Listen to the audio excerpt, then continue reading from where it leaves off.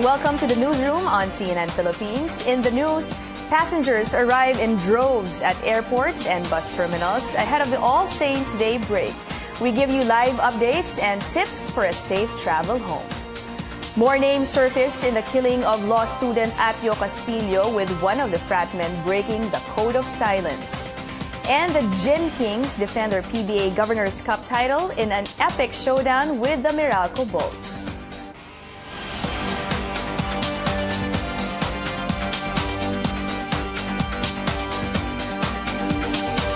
Good afternoon, I'm Ina Adalong. Thanks for joining us. We begin with the latest situation at the Araneta bus terminal in Cubao, where passengers are traveling home for the long break. Our correspondent Anjo Alemario joins us live. Anjo, how many passengers are expected there today?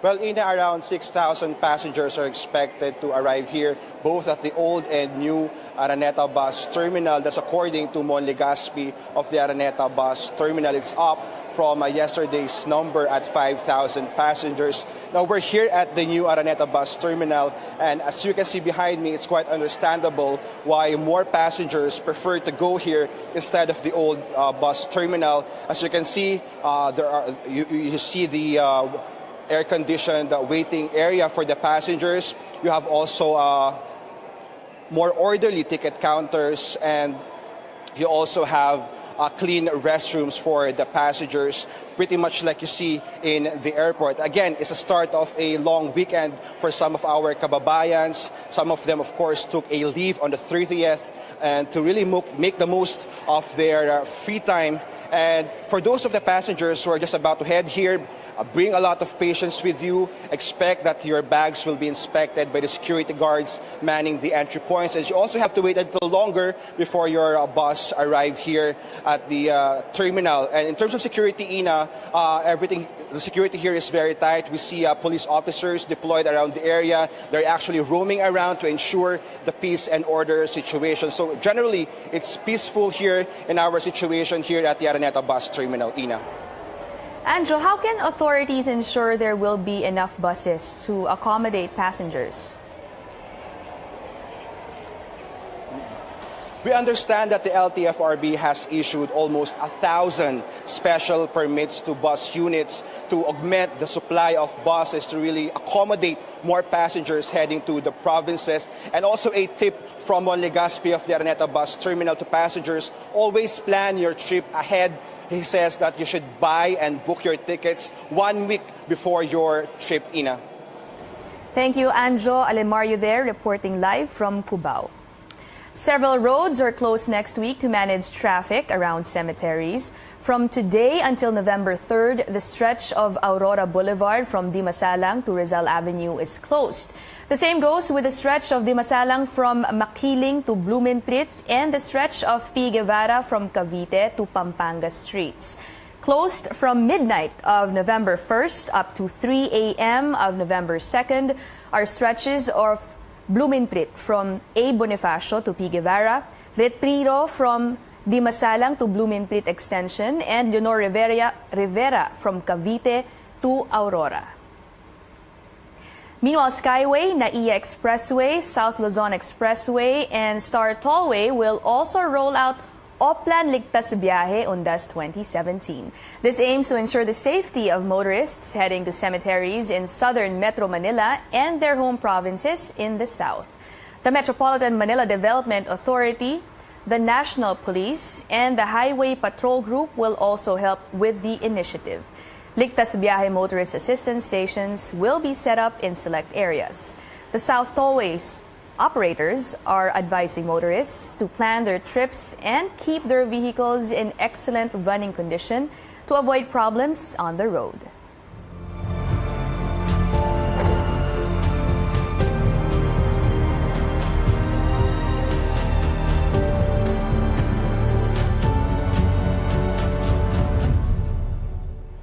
After months of fighting for the liberation of Marawi, soldiers recount their ordeal of braving the attacks of ISIS-inspired terrorists and making it out alive. Our senior correspondent David Santos tells us about their heroism. He was a junior army officer who became viral on social media for taking off his protective gear to reach out to Maute members amidst heavy fighting. Habang nag-uusap kami, dahan-dahan ko na silang na-convince na ilabas si ganito, ilabas yung bata. So tumulong sa akin yung mga ibang units din para mailabas yung mga bata. Captain Jeffrey Bruada knew it was a dangerous act. But with their lives on the line, he took a risk with his unit in saving a number of children and women hostages. These troops from the 5th Mechanized Infantry Battalion were deployed to Marawi on day 1 of the siege with one mission: to serve as reinforcement to another army unit under fire. But they themselves were pinned down by the enemy. Outnumbered, they came under heavy attack and were forced to seek shelter in these concrete homes. Alam na namin na kunti na lang yung bala namin. Kuha na lang kami, paisa-isa na lang. Yung sino mag-akyat, yun na lang binabaril namin sa kanila. Tapos wala na kaming makain, sir. Kasi sunog yung buong bahay namin eh. For several days, Lieutenant Geraldo Alvarez led his men in defending their possessions. Despite being constantly bombarded by enemy fire, with no food, exhausted, and running out of ammunition. With limited power on their mobile phones, they were calling their loved ones, telling them they were ready to die. Mang, baka mamatay na ako dito kasi grabe yung kalaban namin. I-pray mo na lang. Sabi ko din sa tita ko, tita, tanggapin na natin kung ano yung mangyayari sa akin dito. Kung mamamatay kami, mamamatay talaga kami. Their commanding officer, Lieutenant Colonel Galileo Goyena, decided to retaliate using artillery fire and airstrikes to target Maute fighters surrounding his troops. Goyena admits it was a risky decision. Ready na rin mamatay yung mga tropa ko. At ready na rin sila na at least take that chance para mabuhay. After about 5 days, their comrades from the 1st Scout Ranger Battalion came to the troops' rescue. The Scout Rangers had just come from another skirmish in Bukidnon. Of the 20 soldiers from the 5th Mechanized Infantry Battalion that was trapped inside the houses, 16 were rescued alive. Eventually, nakuha na rin namin yung 4 na patay, 4 na Kia natin, and the two tanks, even under fire. No? So yun yung sinasabi natin na walang iwanan hanggang kamatayan. Captain Arnel Carandang was part of the mission to extricate the besieged troops. At times when everyone felt it seemed hopeless trying to save comrades and civilians trapped in the war zone, Carandang said they remembered their families and the freedom they were fighting for. Malaki yung nagawa ng mga families namin sa labas. They help us survive kahit na alam nilang everyday there is a chance na pwedeng hindi na nila kami makita. But still, they supported us all throughout. And it's all that matters. They may be willing to die for the country, but they will also fight to live for the ones they love. David Santos, CNN Philippines. Sports news now. What a way to end this 42nd season of the PBA. Barangay Ginebra defends its Governor's Cup crown in front of a record-breaking crowd at the Philippine Arena in Bocaue, Bulacan. Our Paulo Del Rosario tells us how the Gin Kings sealed the victory. Your back-to-back champions, Barangay Ginebra San Miguel! It was a nerve-wracking finish, but in the end, the champions defended their crown. Barangay Ginebra held off a late Meralco Bolts charge in the dying minutes of Game 7 of the PBA Governor's Cup Finals to retain their title 101-96 in front of a record-breaking crowd of 54,000 at the Philippine Arena. Ginebra starts strong, making up for their poor starting Game 6 with a flurry in the deciding game. But despite being down by as much as 20 points, the Bolts refused to give up and gave the defending champs a scare. A furious Meralco rally in the fourth quarter sees Ginebra lead evaporate with under a minute left to play. But a big offensive rebound and a defensive stop was enough for Ginebra to go home with the trophy. It was a close call, but Ginebra was able to hang on. Boy, I didn't know if we could hang on at the end. They just continued to make runs at us, and we just kept answering with big shots, just huge shots all the way through. LA, Justin, Joe hit a couple. Emotions ran high for the Bolts, coming close to claiming their first franchise championship. But after a poor first half, the challenge proved to be too much. Well, first of all, congratulations to Ginebra and Coach Tim.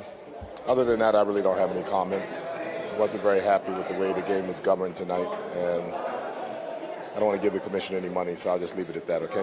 We didn't give up, but when you go down big against Ginebra, especially in the first half like that, it's going to be hard. It's going to be a grind just to get back. And I think we pretty much lost the game by the first half, and we were just playing catch-up the whole time. Ginebra's L.A. Tenorio was crowned finals MVP for his performance in the series.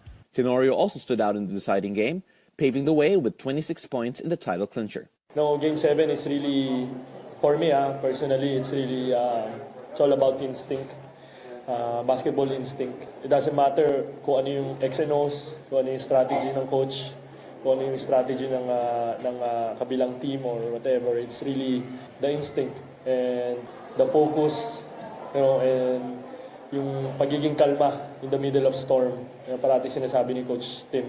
Last year, Ginebra had to wait 8 years for a title, but they didn't have to wait too long for the next one. After missing out on the championship in the first 2 conferences, Ginebra ends the season in the best way possible, with Coach Tim Cone leading them to victory.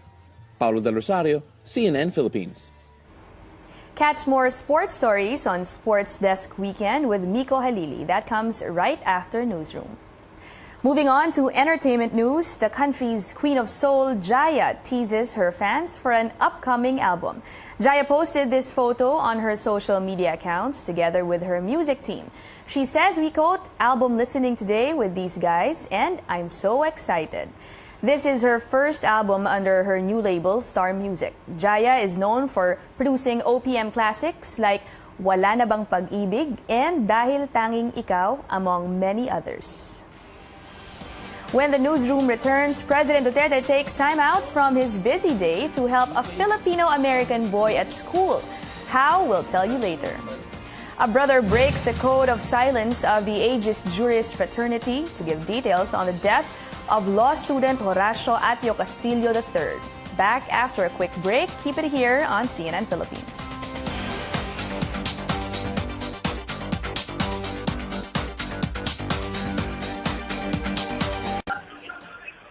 We're live on Facebook. Magandang tanghali po sa inyong lahat na nanonood sa Facebook Live. We'd like to say hello to some of you guys watching online. Let me read some of your comments from my phone. Michiko Kokoro from British Columbia, Canada. Duma Gianandang from Jeddah. Thank you for watching. Also from South Korea, Juliet Mayormita, Erika Okawara from Tokyo, Japan. Also, Razel Matibag is watching. Hello. From Florida, hello, Melvi Edrelin Reyes. Marami pong mga nanonood, especially from abroad. Thank you very much for monitoring us on Facebook. We have a lot in store for you in the rest of the newscast. I'll give you a glimpse though. Mamaya po, we will be talking about a new presidential spokesperson. It was announced by no less than President Duterte earlier. His new spokesman is Attorney Harry Roque.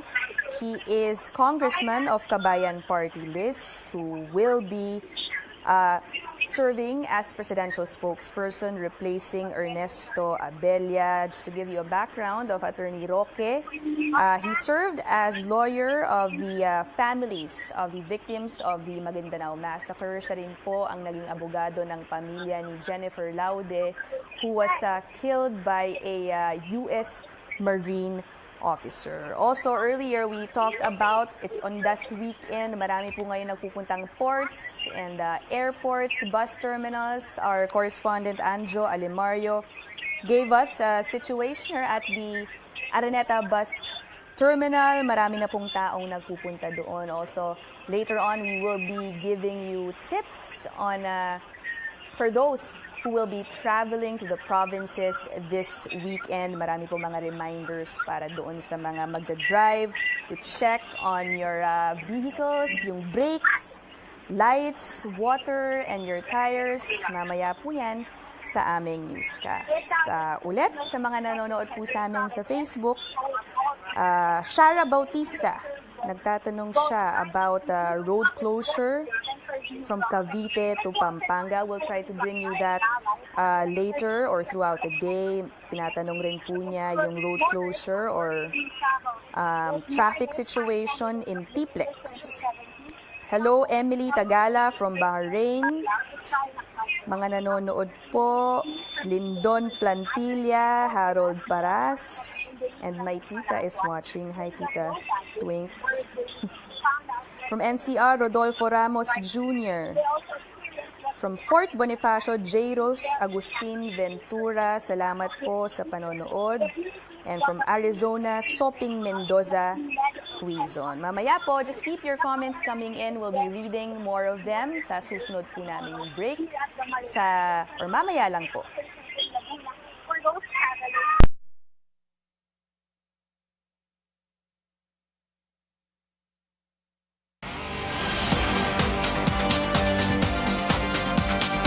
You're in the newsroom on CNN Philippines. Welcome back. A kid's simple request a president couldn't resist. Mr. Duterte makes a video to help an 11-year-old Filipino-American with his school project. Andre Esteban is studying in Fresno, California. In a letter, Andre said he is a proud Filipino and he likes Mr. Duterte as president. He said he would like to talk about him in his class report next month. He then asked a favor for the president to send a video greeting. His mom, Almayra Grace Custodio, posted the letter on Facebook, hoping the president would reply, and he did.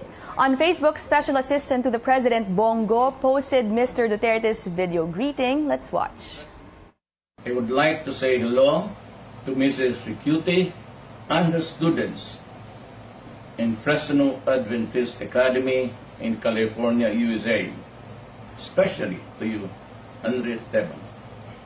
Andre, I received your letter request and I am most happy to oblige. I am sure that you will do great report about our beloved country, the Philippines.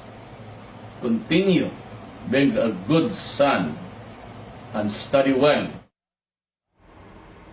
Andre's mom thanked Mr. Duterte and also the people who helped her reach the president. Kabayan Party List Representative Harry Roque is the new presidential spokesperson.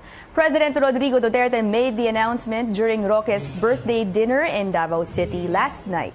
Roque is a human rights lawyer who represented victims of the 2009 Maguindanao massacre and the family of Filipino transgender Jennifer Laude, who was killed by a U.S. Marine in 2014, among others. Hindi na congressman, secretary na siya.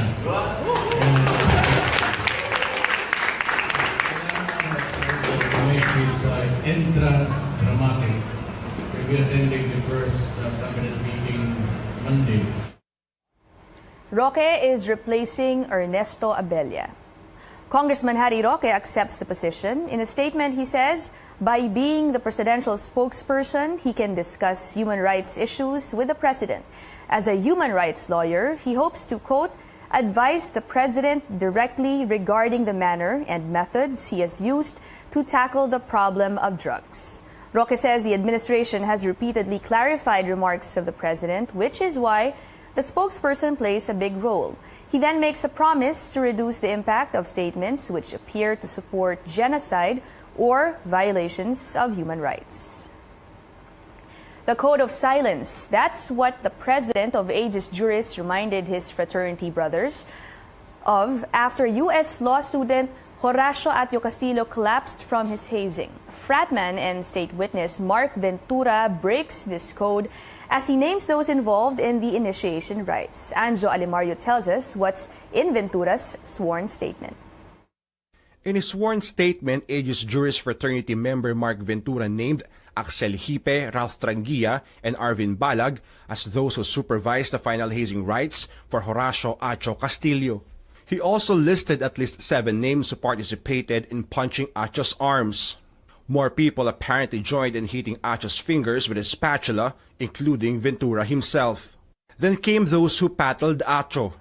Ventura revealed Alex Hipe hit Atio first, followed by Ralph Tranguilla, then Arvin Balag.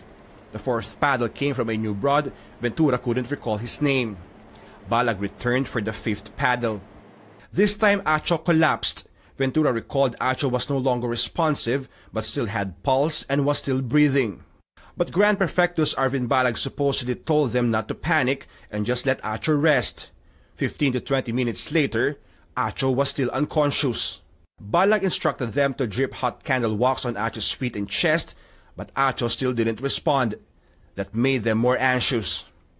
At this point, Ventura said Robin Ramos suggested bringing Acho to the hospital, but Balag hesitated for fear that whoever would bring Acho to the hospital will be held for questioning. After a few minutes, Balag agreed to bring Acho to the hospital. When Acho was already inside a red pickup, Balag arrived and instructed them to bring Acho back to the frat library. Ventura allegedly saw Axel Hipe performing CPR and mouth-to-mouth resuscitation to Acho. John Paul Solano then arrived and tried to give Acho first aid. When Solano failed, that's the only time they brought him to the hospital. Ventura said the other members then picked up their things from the frat lib and left. He himself went home and afterwards proceeded to a church. There he saw a message Balag sent on their Facebook group chat that read, "Code of silence, deactivate muna kayo." Anjo Mario, CNN Philippines. In other news, with many motorists heading to the provinces, Petron is offering assistance to ensure a worry-free travel this Undas break. Our CN Arcangel is on the line. She is at the Lakbay Alalay station in Marilao. She joins us now. CN, what can motorists expect there? With thousands of Filipinos expected to head to the provinces for All Saints Day, it pays to make sure drivers and vehicles are in good condition for these long trips. That's why Petron is holding Lakbay Alalay at select service stations along NLEX and SLEX to ensure motorists have worry-free travel. This morning, 5 candidates of this Earth 2017 stopped by the Petron service station in Marilao to try Lakbay Alalay out. The beauty queens from the U.S. Virgin Islands, Honduras, Denmark, Indonesia, and Paraguay played the blow bag game where they found out what motorists should check before driving. They also experienced what could happen in a crash with the seatbelt impact simulator. To cap off their experience, they were given a 15-minute massage and a quick medical checkup at the booth. Lakbay Alalay is ready to assist motorists today and tomorrow here at the Marilao station and at the San Pedro station in Laguna for those driving along SLEX. The booth will be open until 5 p.m. today, while motorists can check out the fee services tomorrow from 7 a.m. to 4 p.m.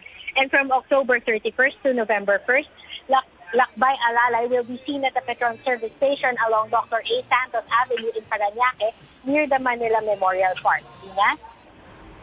Thank you. That was CN Arcangel reporting from the Petron Lakbay Alalay station in Marilao. All Saints Day is coming up, and once again expect the massive exodus of travelers going home to their provinces. For those who are worried about the traffic heading south, Star Tollway or the Southern Tagalog Arterial Road Tollway is ready to make your travel a little smoother. Expect more toll collectors walking around to collect fees. That's to make your travel through the toll gates faster and easier. In case of any emergency, personnel are on standby 24/7. Traffic patrollers are also keeping close watch on the road to manage the anticipated heavy traffic. Motorists are encouraged to load up for electronic toll collection to make entry and exit through the toll gates a breeze. If you still don't have your RFID sticker installed, now's the best time to get it so you can skip the long weekend lines. For any concerns during your travel, you may call the Star Tollways customer service hotline at 0917-511-7827. Still ahead, netizens are sending their love to the Meralco Bolts. We give you more reactions on the PBA finals later. And the long wait is over. Stranger Things Season 2 is out on Netflix. Newsroom Weekend will be back after this break.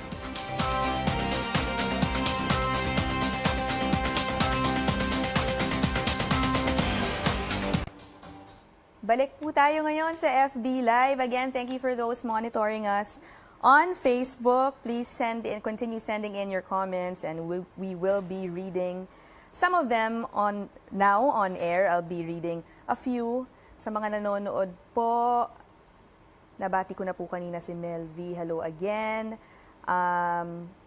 Watching from Qatar, Beethoven Bernabe.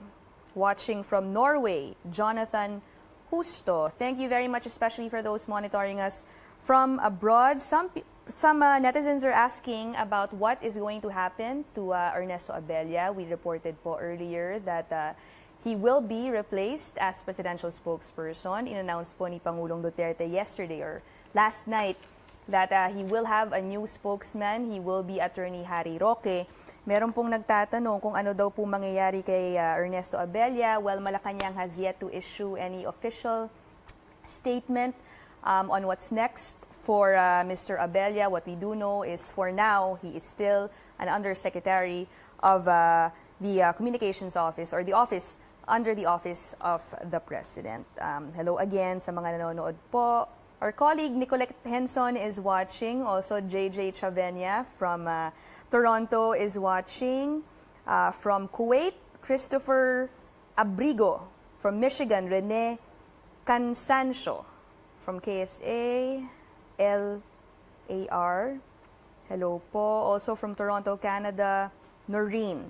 And from Taipei, Jan Ragibit. Please, manood pa rin kayo sa amin. Hindi pa po tapos ang newscast. We have more stories for you. Don't forget to follow us on Facebook, Twitter, and Instagram at CNN Philippines to get the latest news wherever you are in the world. Mamaya po, we will be talking about more stories para po doon sa gusto ng recap.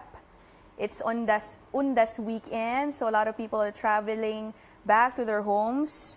Sa mga probinsya po this weekend, meron po tayong mga tips para sa mga babiyahe ng malalayo. Make sure that your vehicles have been checked. Also, meron pong tips para doon sa mga magpupunta ng mga bus terminals. Magbaon daw po ng maraming pasensya dahil marami pong tao doon ngayon. Kausap po natin kanina ang ating reporter si Anjo Alemario at dumadami na po ang mga tao doon, and we do expect more people to flock to bus terminals tomorrow and tomorrow. At dumadami na rin po ang mga security officials checking, of course, guarding ang premises ng bus terminals and other packed areas kung saan we're expecting people to head to this weekend for All Saints Day. Please keep your comments coming in sa aming Facebook.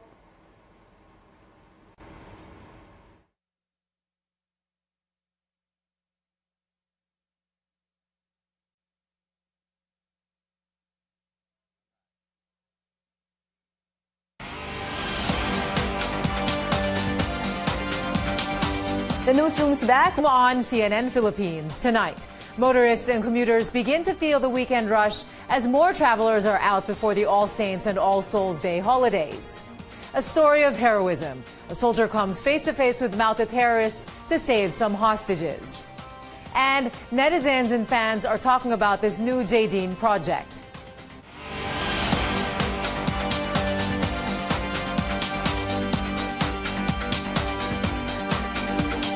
Good evening, I'm Mitzi Borromeo.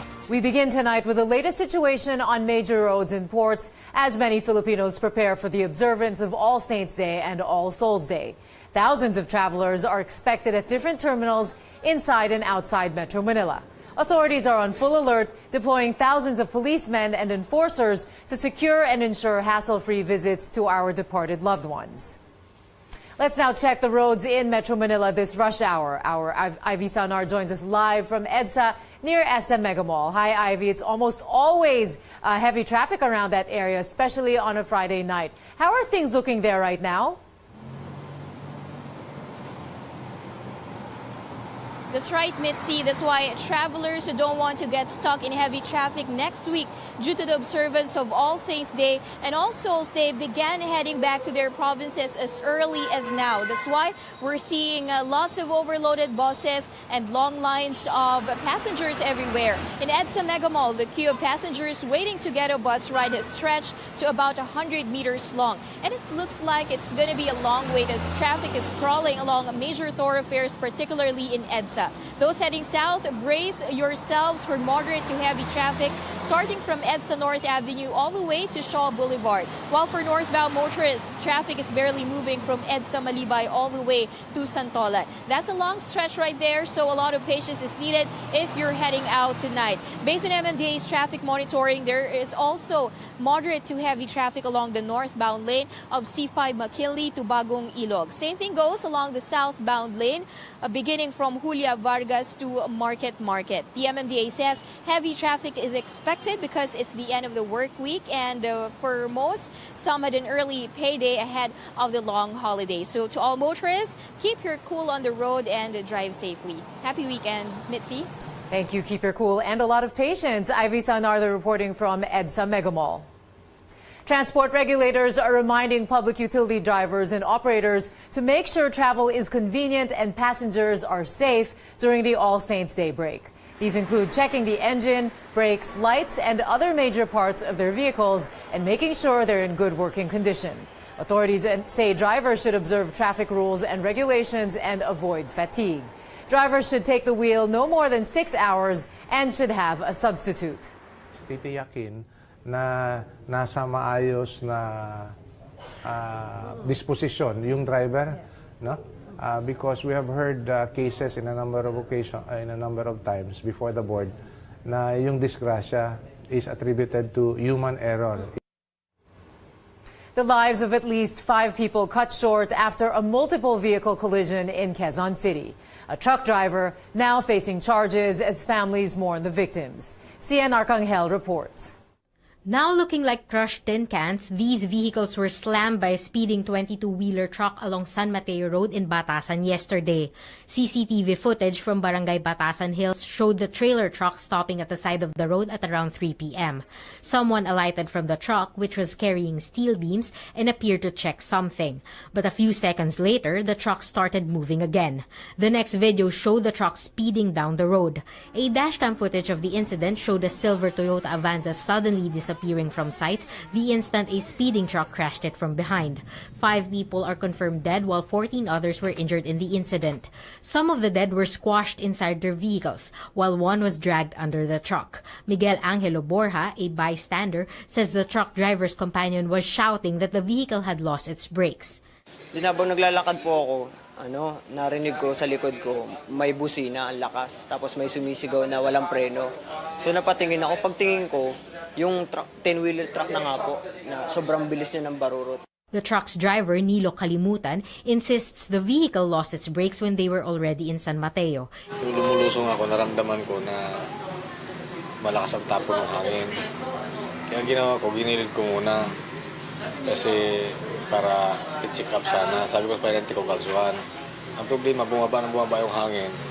Hanggang sa naubos, tuloy-tuloy na. Yung kinakalso ng parang ko, tumatalsik na lang. Aside from losing its brakes, police say the truck was overloaded. Isa sa cause ng pagkawala ng preno ng kanyang truck ay yung sinasabi niya na overloaded daw yung kanyang dala. Supposedly, ang kanyang truck ay ang capacity ay 20 tonelada lang na bakal. But more than 20 tonelada yung karga na kanyang truck and supposedly nasa 60 na tonelada yung bigat. Mirasol Herbas can't believe that her husband Eduardo, whose motorcycle was the one seen in the dashcam video being hit by the truck, is dead. She says he was on his way to drive a jeepney when the crash happened. Kinukutuban na po ako kaya tumawag po ako sa grahe nila kung nandoon na siya. Sabi ng doon wala pa daw po. Kaya nung gabi, pinuntahan ko na daw po sa pinangyarihan. Nakita ko nga yung motor niya doon. Kalimutan says he is sorry for what happened, adding that he did not mean to cause the tragedy. Sa maloob ko dahil di ko matanggap yung mga namatay ng mga ako nakukonsensya eh. Kaya minsan napapaluha ako dahil sa naawa ko doon sa mga marinig ko na may namatayan. Kalimutan will be facing charges of reckless imprudence resulting in multiple homicide, multiple physical injury, and damage to properties over the incident. CN Arcangel, CNN Philippines. Here are some top stories from around the world.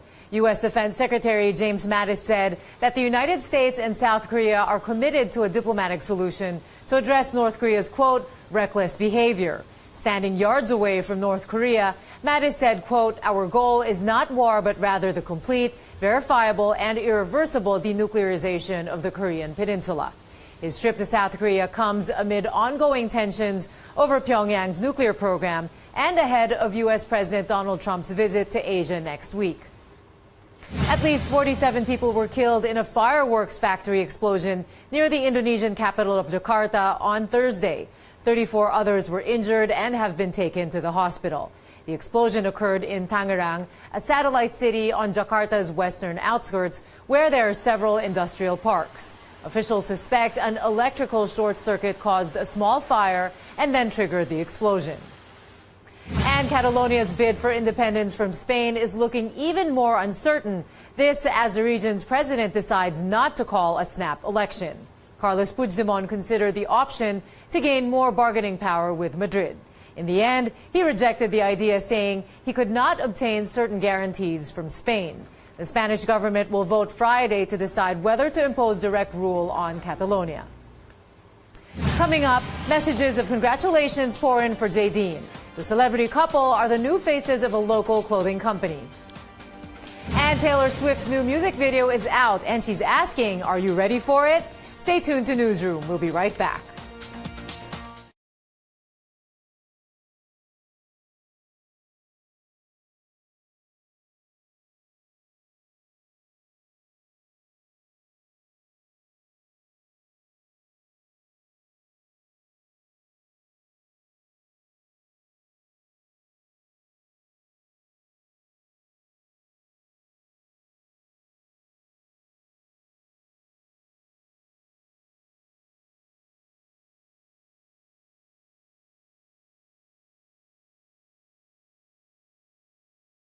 Good evening to all of you joining us here on Facebook Live. Coming up for you in the next segment of the Newsroom, stories from inside Marawi. David Santos will join us with a wonderful, inspiring story about heroes, soldiers who basically risked their lives as they fought the Maute terrorists. Also, business news coming in for you, including an advisory from Cebu Pacific on how to travel smart or if you are setting out for All Saints Day.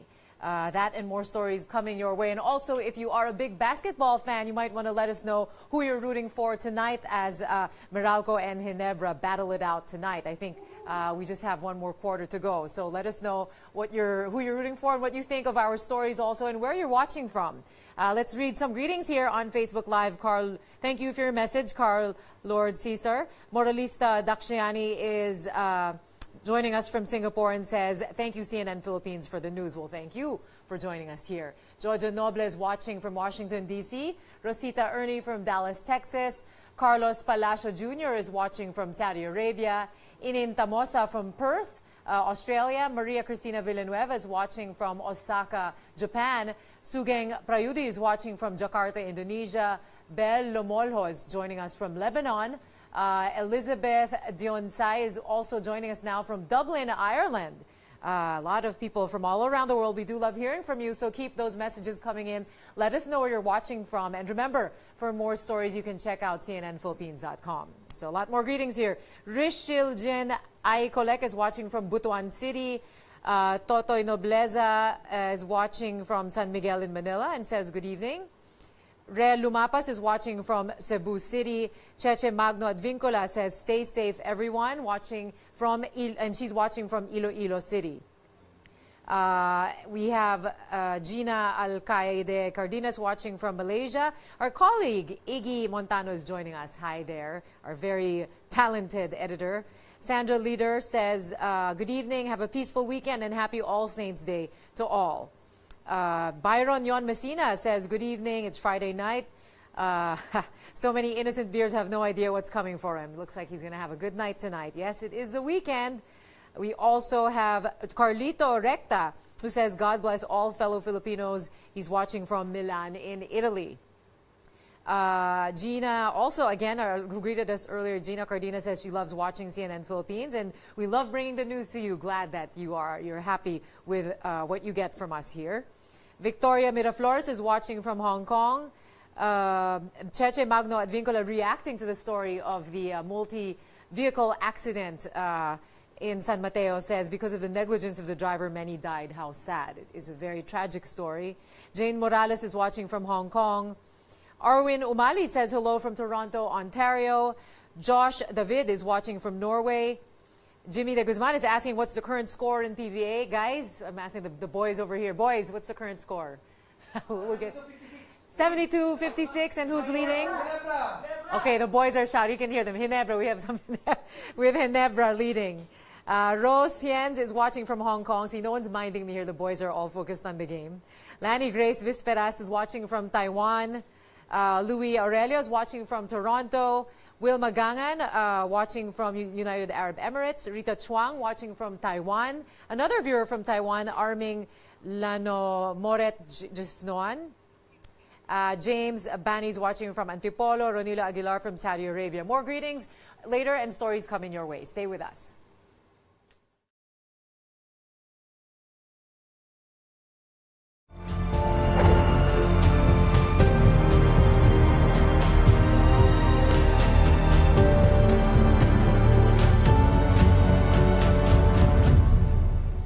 You're back in the newsroom on CNN Philippines. After months of fighting for the liberation of Marawi City, soldiers recount their ordeal of braving the attacks of ISIS-inspired terrorists and making it out alive. Our senior correspondent David Santos tells us about their heroism. He was a junior army officer who became viral on social media for taking off his protective gear to reach out to mountain members amidst heavy fighting. Habang nag-uusap kami, dahan-dahan ko na silang na-convince na ilabas si ganito, ilabas yung bata. So tumulong sa akin yung mga ibang units din para mailabas yung mga bata.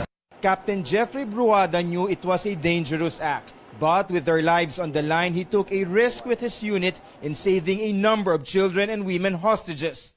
These troops from the 5th Mechanized Infantry Battalion were deployed to Marawi on day 1 of the siege with one mission: to serve as reinforcement to another army unit under fire.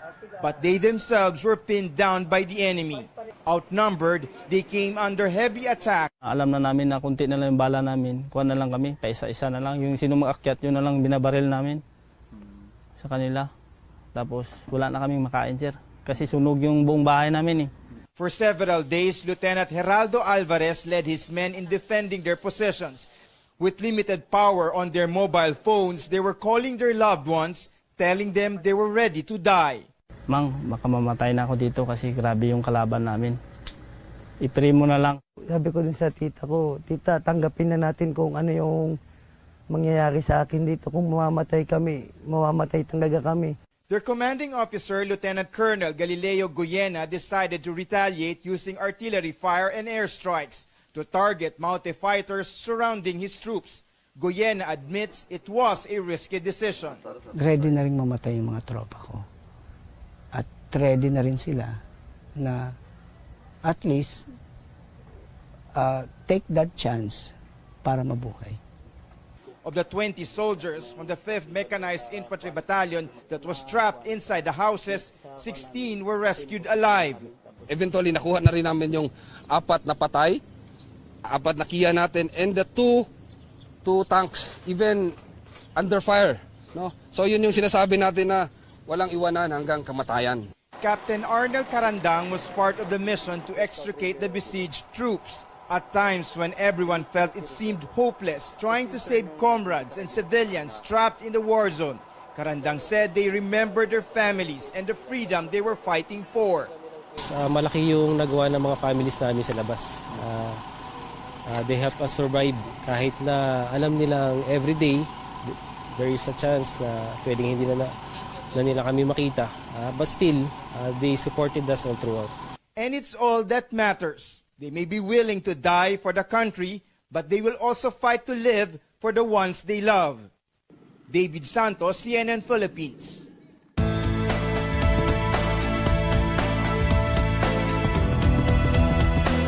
Globe is investing more on expanding its mobile data network. In a disclosure to the Philippine Stock Exchange, the telco giant says its board of directors approved additional capital expenditure for the year. The additional investment amounts to $100 million. This is on top of the original capex of $750 million. Globe says the mobile data network expansion is in line with its commitment to improve internet service. Cebu Pacific reminds its passengers to travel smart this All Saints Day break. The budget carrier says travelers should give ample time for check-in, go through security and immigration checks, and process pre-departure requirements. That's to avoid long lines inside the airport. Cebu PAC adds passengers can also try checking in online. The airline also suggests passengers should be mindful of the contents of their hand-carry luggage and its weight to avoid delays. A town in Bataan has its residents reaping the benefits of a fully subsidized community clinic. That's complete with advanced medical equipment and a dedicated staff. Our Makoy Popioko has the story.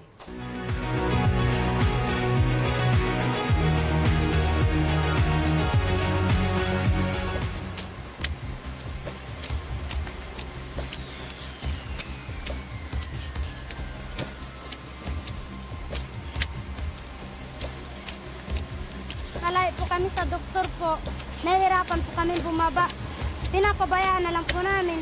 Ako po si Gina, pamilyang katira po sa Barangay Duali po, 19 years old po. Isa na po akong nanay po. 4 hours, 6 mountains, in a rainy weather. Gina Pamilyang endured all this to reach the town proper of Limay in Bataan. The village of her Aita tribe is at the far end of Barangay Duale. Her 8-month-old baby Liam has been sick for more than 3 days. The baby of her sister Anne is just as ill. Their brother-in-law Richard makes sure they can travel safe and seek medical assistance. Every Wednesday, residents go to the Petron Clinic to get treated. Along with Gina, more than 200 residents that day got a free checkup, medicines, and laboratory services. We offer the laboratory services like the basic CBC, urinalysis. We also have these diagnostics like the 12-lead ECG, X-ray, and ultrasound procedures. Since it opened in 2013, the Petron Clinic has served over 17,000 residents in Limay and nearby areas. There are 3 doctors attending to all kinds of patients. The fact that they are giving medications and free services, talagang sobrang helpful yun sa bayan ng Limay. Residents from the town proper also go to the clinic. As for Gina's sister Anne, the experience was more than special. It was her and her baby's first ever encounter with a doctor. Sa buong buhay po namin, sir, pag may nakakasakit po, sir, puro herbal lang po, sir, ang ginagamit namin.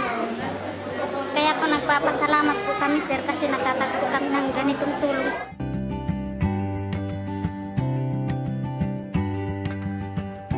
Makoy Popioko, CNN Philippines. Up ahead, it's all or nothing between Barangay Ginebra and the Meralco Bolts in the PBA Governors Cup Finals. And you might as well get ready for it as Taylor Swift releases her newest music video. Newsroom will be right back.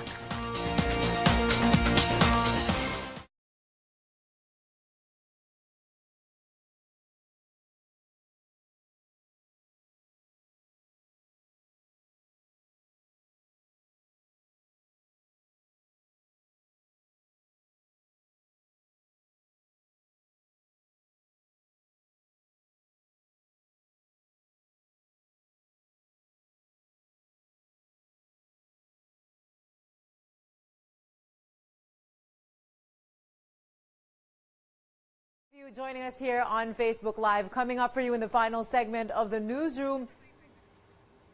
Anong goal? Good evening to all of you joining us here on Facebook Live. Coming up for you in the final segment of the Newsroom, entertainment news as well as our segment Powering the Future. For those of you who are following the PBA game tonight, Ginebra versus Meralco. Tonight we are at the 3rd quarter and I'm told the score is 79.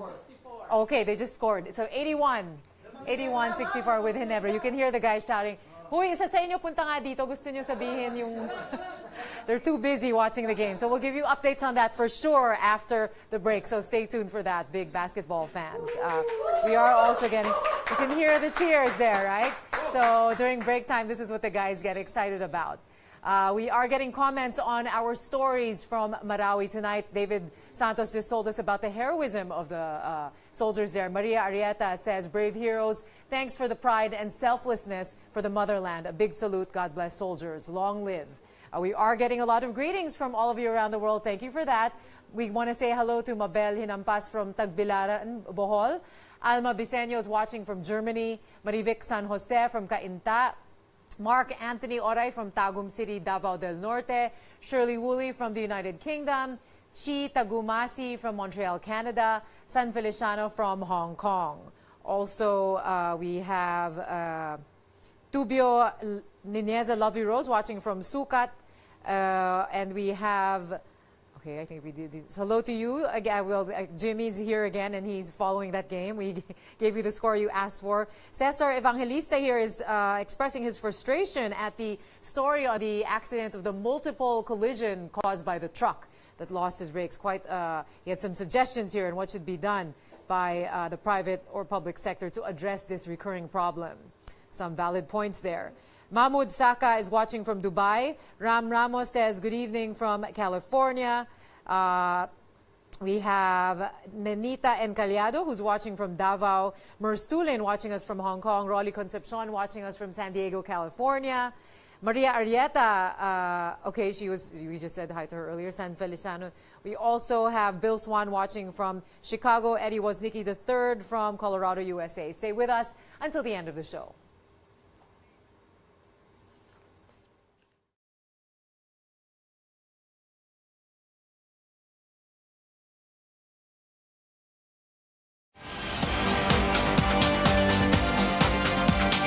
Welcome back. Achieving economic growth will improve living conditions, and having stable electricity is important to making that happen. One community in Quezon Province proves just that. Watch this.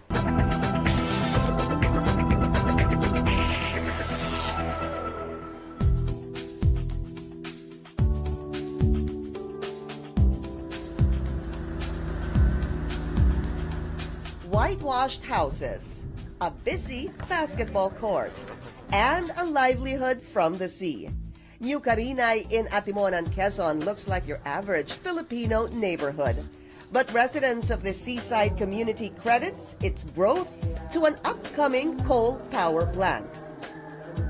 Its neighbor Mauban is also home to a 460-megawatt coal power plant, which locals say supports their economy. Tulad ngayon, marami pong trabaho mga tao. May mga nabili. Dahil kung walang trabaho, wala pong bumibili. Wala silang pambili.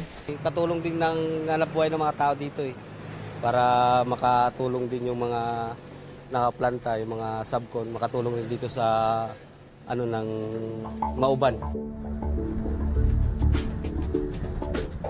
In Atimonan, this 130-hectare land will be the site of its own 1,200-megawatt plant. Atimonan One Energy is working with former residents in the area to build new homes and provide jobs for them. Mothers like Marites Cordes were given training in masonry and painting so they can work at the plant. Unan, nakinabang na po ako, kaya mas gusto ko po yung mga anak ko makinabang rin. But there is more in store. The people expect to receive about 4 million pesos a year in development projects from the plant's earnings. Di kami po ay maglulunsad ng maayos na mga project at tuloy-tuloy po yung amin pong gagawin na yan hanggang sa yung aming mga anak ay magmana rin yung amin pong gagawin sa ngayon. The plant management already has an environmental compliance certificate, but the Energy Regulatory Commission still has to release a power sales agreement before a contract is awarded and construction of the plant can begin. If the people in the community are asked, they can't wait for the start of a project that could power their future. Kaya po yung mga tao sa ngayon ay ready na, tinaantay na lang po talaga na maitayo yung power plant.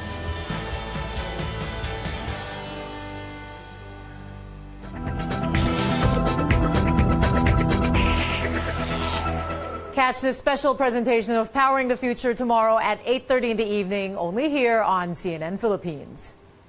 The showdown is heating up in Game 7 of the PBA Governors Cup Finals tonight. Barangay Ginebra and the Meralco Bolts conclude their rivalry tonight. The do-or-die game is happening as we speak at the Philippine Arena in Bulacan. Meralco silenced Ginebra in Game 6 to force the winner-take-all showdown. Barangay Ginebra, on the other hand, wants to end the title series once and for all. Ginebra is hoping to win back-to-back titles in the Governors Cup.